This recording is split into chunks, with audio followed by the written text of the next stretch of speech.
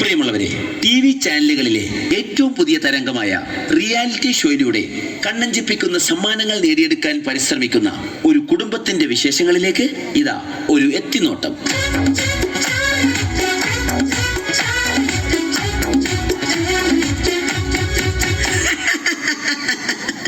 നമസ്കാരം, ഞാൻ ആൻഡപ്പൻ, ഈ വീടിന്റെ ഗൃഹനാഥൻ.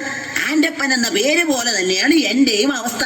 ഈ വീട്ടിലുള്ള എന്റെ കുരുത്തങ്കെട്ട മക്കൾ എവിടെ പോയി എന്തടങ്ങേറുണ്ടാക്കിയാലും അവരുടെ പേരിന്റെ കൂടെ ആൻഡ് അപ്പൻ എന്നുകൂടെ അങ്ങ് ചേർക്കും. അതായത് ആൻഡപ്പൻ എന്റെ പേര്. അതോടെ ഞാനും ഇടങ്ങേറിലാവും.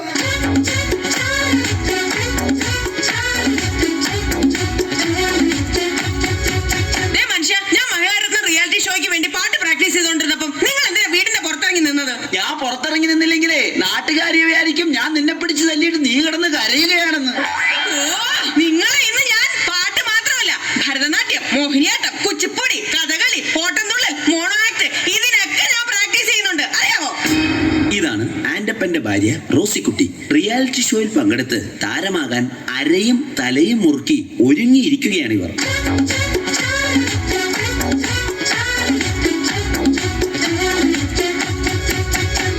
അപ്പച്ചനും അമ്മച്ചിക്കും മൂത്ത മകൻ കാതികൻ മാത്തുക്കുട്ടിയുടെ 1000 അഭിവാദനങ്ങൾ. മോനെ മാത്തുക്കുട്ടി, നിന്റെ ഇന്നത്തെ കഥാപ്രസംഗ പരിപാടി എങ്ങനെ ഉണ്ടായിരുന്നടാ? അതൊരു കഥയാണ് അമ്മച്ചി. റിയാലിറ്റി ഷോയിലൂടെ ശ്രദ്ധേയനായിക്കൊണ്ടിരിക്കുന്ന എന്റെ കഥാപ്രസംഗം കേൾക്കാൻ ഇതുവരെ ഒറ്റൊരുത്തൻ പോലും വന്നില്ല. അയ്യോ, അതെന്താ? ഞാനാണ് കഥാപ്രസംഗം അവതരിപ്പിക്കാൻ വരുന്നതെന്ന് ആ കമ്മിറ്റിക്കാർ പരസ്യം ചെയ്തില്ലാന്നേ. അവര് പരസ്യം ചെയ്തില്ലേലും നീ വരുന്ന വിവരം എങ്ങനെയോ ലീക്കായിട്ടുണ്ട്. അതായിരിക്കും ആരും വരാത്തത്. കണ്ടല്ലോ, ഇതാണ് ആൻഡപ്പന്റെ മൂത്ത മകൻ കാതികൻ മാത്തുക്കുട്ടി, ഈ കുടുംബത്തിലെ മറ്റൊരു റിയാലിറ്റി താരം.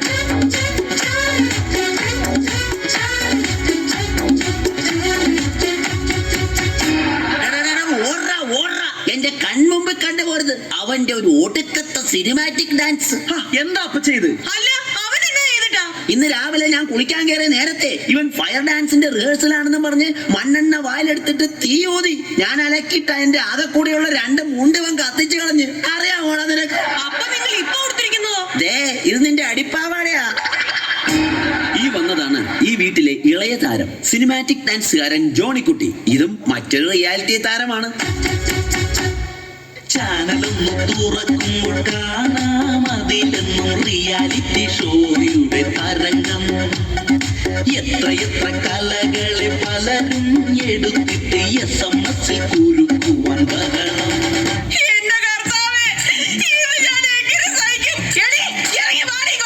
എന്റെ മോന്റെ ഭാര്യയാണെന്നൊന്നും ഞാൻ നോക്കത്തില്ല.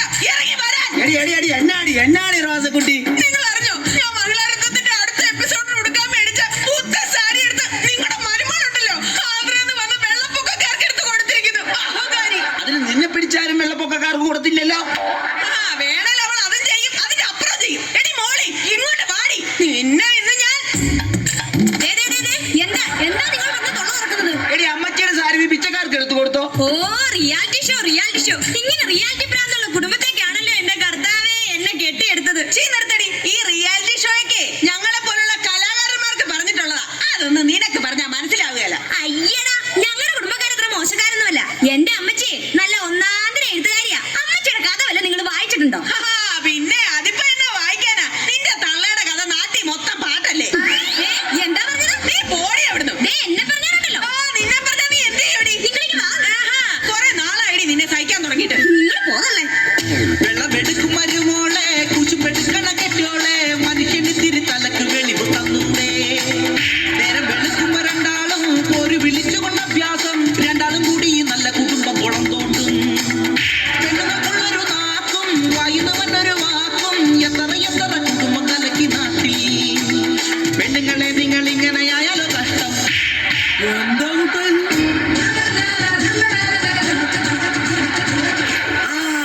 വന്നല്ലോ. എല്ലാത്തിനും കുറ്റം പറയണ എന്റെ പൊന്നാരളിയൻ വന്നല്ലോ. എന്തായത് അളിയ? പെങ്ങളെ, മോളെ തല്ലുന്നത് അപ്പനായാലും ഭർത്താവായാലും ഒരു താളവും ബോധമൊക്കെ വേണ്ടേ? എന്റെ പൊന്നളിയ, എരിയുന്ന തീയിൽ എണ്ണ ഒഴിക്കാതെ ഒന്ന് കടന്നു പോകുന്നുണ്ട്. ഷഡ്ജം ഒന്ന് ഇറങ്ങി പോടാ.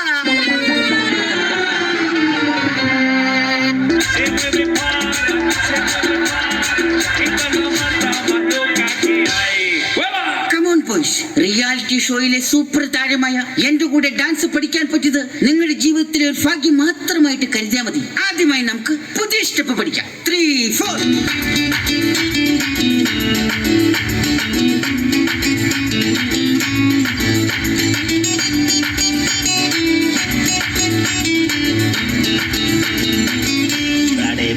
അപ്പൊ ഓക്കെ, ഇപ്പൊ മനസ്സിലായല്ലോ. മാഷിനെ കൊണ്ട് വീട്ടില് ഭാര്യ തുണിയലപ്പിക്കുന്ന ആക്ഷൻ ആണല്ലേ ഞങ്ങളെ ഡാൻസ് ആണെന്നും പറഞ്ഞ് പഠിപ്പിക്കണത്. ഈ സ്റ്റെപ്പ് ഞങ്ങൾ അടിച്ച് തകർക്കും. 3, 4.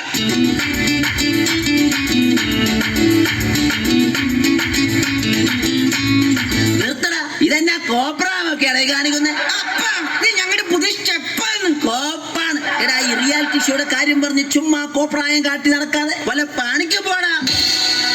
അച്ഛാ, നാളെ എന്റെ കഥാപുസ്തക മത്സരത്തിന്റെ ഫൈനലിലേക്കുള്ള സെലക്ഷനാ. അപ്പൊ ഇവരാരാ? ഓർക്കസ്ട്രയുടെ ചെലവ് കുറക്കുവാനായിട്ട് ഞാൻ കൊണ്ടുവന്ന മിമിക്രിക്കാരാ.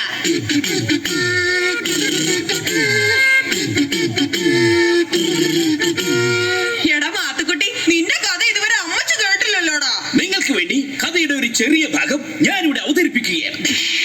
Correct music. അതാ കിഴക്കേ ചക്രവാളത്തിൽ പ്രഭാതം പൊട്ടിവിടർന്നു. എന്താണത്? മനസ്സിലായില്ലേ? ഇത് സുപ്രഭാതം പൊട്ടിവിടുന്ന സൗണ്ടാണ്. 1975 കോമഡി ആയിട്ടാവും വരും. സഹൃദയരെ, എടാ പൊന്നു മോനെ, നീ കഥ പറ. സഹൃദയരെ, ഇനി കഥയുടെ സുപ്രധാനമായ രംഗമാണ് ഞാനിവിടെ അവതരിപ്പിക്കുന്നത്. അങ്ങനെ നമ്മുടെ കഥാനായകൻ കഥാനായികയുമായി കണ്ടുമുട്ടുന്നു. ഒരു ഉറച്ച തീരുമാനമെടുക്കാൻ നായകന് സാധിക്കുന്നില്ല. നായകന്റെ കൂടെ പോകണോ അതോ തിരിച്ചു വീട്ടിലേക്ക് പോകണോ എന്നൊരു തീരുമാനമെടുക്കാൻ നമ്മുടെ നായികക്കും കഴിയുന്നില്ല. നായകന്റെ കൂടെ പോകണോ അതോ വീട്ടിലേക്ക് പോകണോ? വീട്ടിലേക്ക് പോകണോ അതോ നായകന്റെ കൂടെ പോകണോ? നായകന്റെ മനസ്സു വീണ്ടും അങ്കമാലിയിലായി, അങ്കലാപ്പിലായി. അവൻ ചിന്തിക്കുകയാണ്, നായികയും കൂട്ടി വീട്ടിലേക്ക് പോകണോ അതോ ഒറ്റയ്ക്ക് പോകണോ? നായികയും കൂട്ടി വീട്ടിലേക്ക് പോകണോ അതോ ഒറ്റയ്ക്ക് പോകണോ? അങ്ങനെ പ്രതിസന്ധിയിലായ നായകൻ ദുഃഖഭാരത്താൽ പുഴയിലേക്ക് എടുത്തൊരു ഒറ്റ ചാട്ടം. സഹൃദയരെ, വെള്ളത്തിൽ നിന്നും ഇങ്ങനെ മുങ്ങിപ്പൊങ്ങിക്കൊണ്ട് അവൻ കരയിൽ നിൽക്കുന്ന നായികയെ നോക്കി പറഞ്ഞു. ഇട വെള്ളത്തിൽ നിന്ന് പൊങ്ങി വന്നവൻ കരയിൽ നിൽക്കുന്ന നായികയെ നോക്കി പറഞ്ഞു. നായികയെ നോക്കി പറഞ്ഞു, ഒന്ന് ഇറങ്ങി പോടാ. ഇവർ പങ്കെടുത്ത റിയാലിറ്റി ഷോയിലെ ഒരു കടുത്ത മത്സരത്തിന് ശേഷം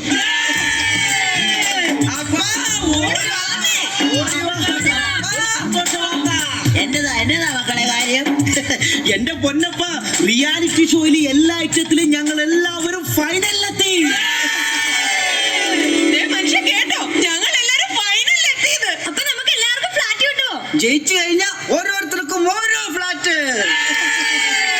ഫൈനലിൽ എത്തിയിട്ട് എന്നാ കാര്യം? ജയിക്കണമെങ്കിൽ SMS കിട്ടണമല്ലോ. അതിനുള്ള വഴി ഞങ്ങൾ കണ്ടിട്ടുണ്ടല്ലോ. അതെന്താണ് ആ വഴിയൊന്ന് പറഞ്ഞു തന്നാട്ടെ. അടിച്ചോടിക്കണ അപ്പച്ചന്റെ കയ്യും കാലും.